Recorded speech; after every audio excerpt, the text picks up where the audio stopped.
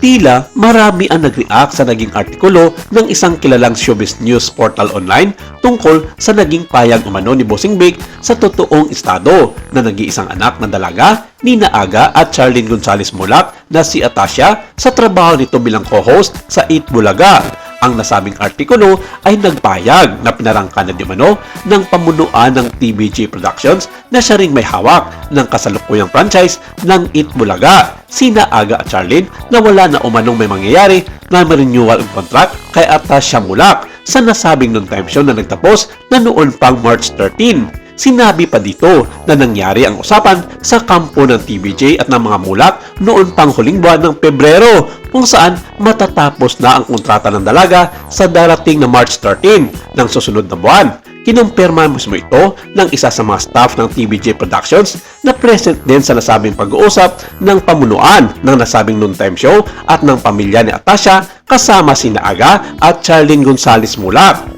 Pero hindi na idinitalye ng nasabing showbiz news portal online kung sino ang nasabing mapagkatiwalaang source nila sa loob ng The Barkads tungkol sa mga pangyayaring ito. Sa paglathala nito sa kanilang official website at iba pang mga social media platforms, binaha ito agad ng samut-saring mga naging komento mula sa mga netizens. Sinabi ng ilan, kumpirmado nga ito dahil nagkataon din nakakasimula pa lamang ni Atasha ng ilang buwang ginagawa nitong proyekto sa kanyang mother company na Viva Artist Agency, kung saan ay ibinalita noon na isa siya sa mga main cast ng nasabing big project ng sister company na Studio Viva, ang Philippine adaptation ng Thai blockbuster movie na The Bad Genius The Series. Bago pa nito, nakitaan na ng ilang paglib ang dalaga sa kanyang normal na oras sa Eat Bulaga, kung saan minsana na lang ito nakikita sa harap ng telebisyon. 2 buwan pagkatapos ng nasabing mga ginagawang tapings, shooting at mall shows promotions, inihayag ng direktor ng nasabing serye sa publiko na pansamantalang mawawala si Atasha sa kanyang regular stint hosting sa Eat Bulaga ng ilang mga buwan dahil magiging abala ito sa kanyang ginagawang proyekto sa ilalim ng kanyang pamumuno sa The Bad Genius.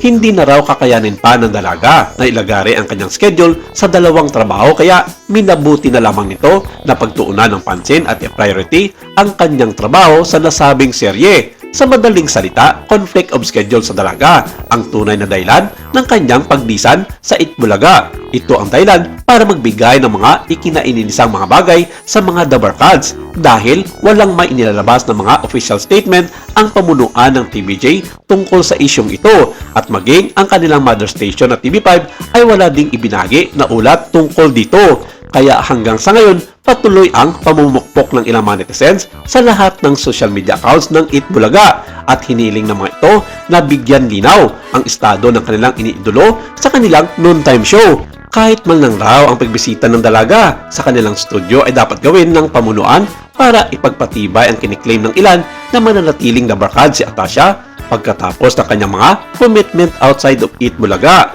Pero wala pa naging tugon ang kampo ng mga Mulak sa naging balita ng nasabing online news portal at inaabangan ng mga netizens ang bawat social media accounts ni Aga, Charlene at Atasha tungkol sa isyong ito.